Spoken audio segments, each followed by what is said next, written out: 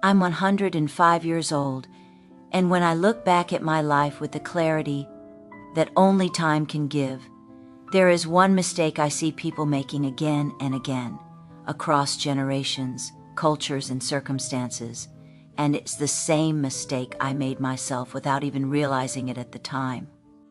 I rushed my life, not because I was reckless or careless, but because I believed, like so many people do, that waiting was dangerous, that slowing down meant falling behind, and that if I didn't move quickly enough, I would miss my chance to become someone. So I hurried into decisions I didn't fully understand yet. I committed to a life before I had learned who I really was, and I followed the path that seemed expected of me, not because it felt deeply right, but because it felt urgent, as if there was an invisible clock ticking somewhere that I couldn't afford to ignore. At the time, none of this felt like a mistake, because when you're young, rushing looks a lot like responsibility, and responsibility is praised, rewarded, and mistaken for wisdom, especially when everyone around you appears to be doing the exact same thing. What no one tells you is that life doesn't punish you immediately for moving too fast, because it lets you go on, it lets you build, it lets you function, and it even lets you believe that everything is fine, while quietly closing certain doors behind you, one by one, without ever announcing that they've been locked. And it's only much later, when the noise settles and the pace finally slows on its own, that you begin to notice what rushing has cost you, not in dramatic losses, but in subtle absences, in the questions you never allowed yourself to ask, in the paths you never explored, and in the versions of yourself you never had the patience to meet. At 105, I'm not angry about the past, and I'm not filled with regret in the way people imagine regret, but I do see things clearly now, and clarity, when it arrives this late, carries a particular weight, because by the time you understand what truly matters, time has already taken most of its turns. When I was young, the world itself seemed to move fast, not because life was richer or more exciting, but because uncertainty was everywhere. And when uncertainty surrounds you, it creates a constant pressure to decide quickly, to choose something, anything, rather than remain still and exposed. I grew up in a time shaped by war, loss, and instability, where the future never felt guaranteed, and when you live in that kind of environment, patience doesn't feel like wisdom. It feels like a risk, because waiting can seem dangerous when the world itself feels fragile. People often assume that rushing comes from ambition, but in my experience, it comes far more often from fear. From the fear of being in the wrong place at the wrong time, from the fear that if you hesitate, life will move on without you and leave you behind. And so you adapt. You learn to keep moving. You learn to accept what's in front of you.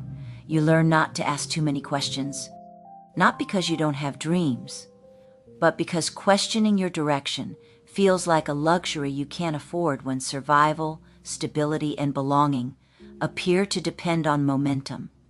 I didn't feel pressured by one single event or person, but by a collective rhythm, a shared sense that life was something you had to lock in quickly, that security came from choosing early and sticking with it, even if parts of you felt uncertain or unready. And once you start living at that pace, it becomes normal. You stop noticing how fast you're moving. You stop listening to quiet doubts. You stop allowing space for curiosity. Rushing becomes invisible because everyone around you is rushing too. And when an entire generation moves quickly in the same direction, it's easy to mistake speed for certainty and urgency for truth.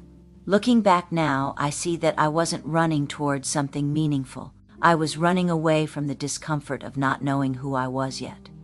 The truth is that the world didn't just feel fast when I was young. It felt dangerous, unpredictable in ways that made people believe that stability was something you had to grab quickly before it disappeared, because history had already shown us how suddenly everything could collapse. I was 25 years old when the Second World War ended, and by then, fear was no longer theoretical. It was something you could see in people's faces, in the way families spoke about the future, and in how easily a single moment could change the course of an entire life. You could be healthy one day and gone the next. You could be safe in the morning and shattered by evening. And when you live through that kind of reality, it plants a quiet belief inside you.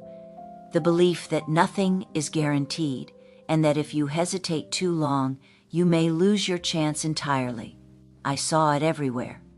In mothers terrified for their sons. In soldiers returning broken in ways no one knew how to fix. In people who had been whole before the war and came back missing pieces of themselves, both physically and emotionally, waiting in hospitals, forgotten once they were no longer useful. Those images stay with you. They teach you that life is fragile, that tomorrow is uncertain, and that being in the wrong place at the wrong time can end everything without warning. And when that lesson sinks in, you don't slow down, you speed up. You tell yourself that worrying won't help, that thinking too much is dangerous, and that the safest thing you can do is move forward, build something, attach yourself to a structure that feels solid, even if it doesn't fully fit who you are. Looking back now, I understand that this is how many people confuse urgency with meaning, because when the world feels unstable, any sense of permanence feels like salvation. But permanence chosen too quickly can become its own kind of loss. And without realizing it, I was already closing doors I would one day wish I had left open. That sense of urgency followed me into adulthood. And before I truly understood what I was choosing, I made one of the most defining decisions of my life, not out of deep conviction, but out of momentum, because at 19 years old, I got married, and by 20, I already had a child, all while telling myself that this was simply how life was supposed to unfold. At the time, I never stopped to ask why I was in such a hurry, because everyone around me treated speed as maturity, and settling down early as proof that you were doing something right, that you were secure, that you had found your place in the world. But security built too early has a strange effect. It doesn't feel like a prison at first. It feels like relief. You stop questioning. You stop exploring. You stop imagining other possibilities. And slowly, without any dramatic moment of realization, certain parts of you go quiet, not because they're gone, but because there's no room for them to speak anymore. There were things I wanted to do, paths I was curious about, versions of myself I never had the chance to meet. But once your life is structured around responsibilities you chose too quickly, curiosity begins to feel irresponsible, and waiting begins to feel impossible. I didn't regret my family. I didn't regret my child. What I regretted, much later, was not giving myself time to become whole before I gave my life away to roles that demanded permanence. Because when you commit before you understand yourself, you don't just choose a life, you also quietly abandon many others. And no one tells you that those abandoned paths don't disappear. They simply remain with you as a quiet awareness of what might have been. And that awareness grows louder the longer you live. As the years went by, I learned something uncomfortable about the mind, something people rarely talk about honestly, and that is how easily it traps itself in stories about the past, replaying moments that can no longer be changed, as if repetition alone might somehow rewrite them. It starts quietly, with harmless thoughts, with phrases like "if only," or "maybe I should have," or "things would be different if I had waited." And before you realize it, those thoughts turn into a place you visit often, a place where nothing new can happen, because everything there already belongs to yesterday. I saw many people get lost in that space. They lived their lives looking backward, measuring themselves against decisions that could no longer be undone, slowly convincing themselves that the best parts of their story were already over, and that whatever remained was simply something to endure. The danger of could have and should have is not that they acknowledge the past, but that they quietly convince you the present is powerless, that once a certain window closes, nothing meaningful can ever open again. That belief is one of the most effective ways people give up on themselves without ever saying the words out loud. For a long time, I flirted with that thinking too, wondering who I might have become if I had waited, if I had taken a different road, if I had trusted myself enough to slow down. But eventually I understood something essential, something that saved me from being consumed by those thoughts. The past is finished, whether you forgive it or not, and carrying it endlessly doesn't honor what you lost, it only steals what you still have. The moment I stopped arguing with my past and accepted that it could not be changed, I felt something shift inside me. Not relief exactly, but space. The kind of space where life can still move, still respond, still surprise you even later than you ever expected. Because as long as you are breathing, your story is not complete, and the present moment, no matter how late it arrives, is still the only place where anything new can begin.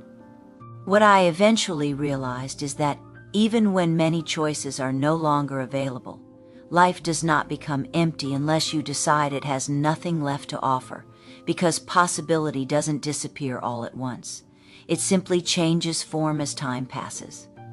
There is a quiet lie people tell themselves as they get older. The lie that says that once certain doors have closed, the entire house is locked, and that belief alone is enough to drain meaning from the years that remain, even when those years still contain depth, connection, and growth. I learned that change does not require starting over completely, and it does not demand grand gestures or dramatic reinvention, but it does require honesty, the kind of honesty that allows you to ask yourself what still feels alive inside you, even if the answer is small, even if it doesn't impress anyone else. For some people, that honesty leads them to change direction entirely while they still can, to leave work that no longer fits, to pursue something they once believed was unrealistic, or simply to stop living according to expectations that no longer make sense. For others, it means something quieter but no less important, like choosing presence over distraction, choosing people over pride, or choosing to engage with life as it is instead of mourning the version of it they imagined long ago. What matters is not how much time you have left, but whether you remain responsive to the time you still have, because the moment you decide that it's too late to care, too late to try, or too late to change anything meaningful, life begins to narrow in ways that have nothing to do with age and everything to do with withdrawal. I have seen people much younger than me give up completely, not because they were out of time, but because they convinced themselves that time no longer belonged to them. And I have also seen the opposite, people who stayed open, curious, and engaged far longer than anyone expected, simply because they refused to close the door on possibility while it was still standing. Now, at 105, what I understand more clearly than anything else is that life does not punish you for being imperfect, but it does respond to whether or not you stay engaged with it, because the moment you stop participating inwardly, time keeps moving without you.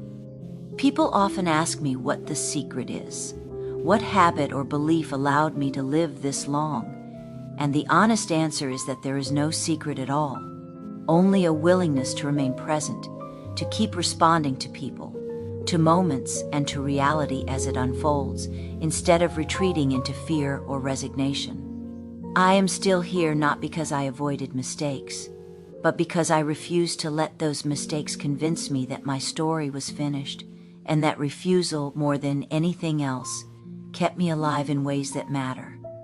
If I could speak to my younger self now, I wouldn't scold her or overwhelm her with advice. And I wouldn't tell her to hurry or to wait, but I would tell her this one simple thing as honestly as I can. Slow down enough to know why you are choosing what you are choosing. Not because life will wait for you, because it won't. but because when you rush without understanding yourself, you spend years living inside decisions that no longer belong to who you've become. And if you are listening to this now, at whatever age you are, thinking that you still have plenty of time to figure things out later, understand that time doesn't announce when later becomes never.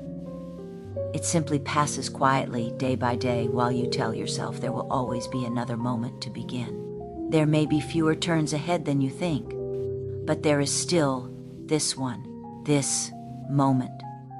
And what you do with it, how honestly you meet it, how fully you show up for it, will shape the way you look back on your life when the noise finally fades. I rushed my life once. If there is anything I hope you learn sooner than I did, it's that meaning doesn't come from speed. It comes from presence, and presence is something you can choose right now, before time makes the choice for you.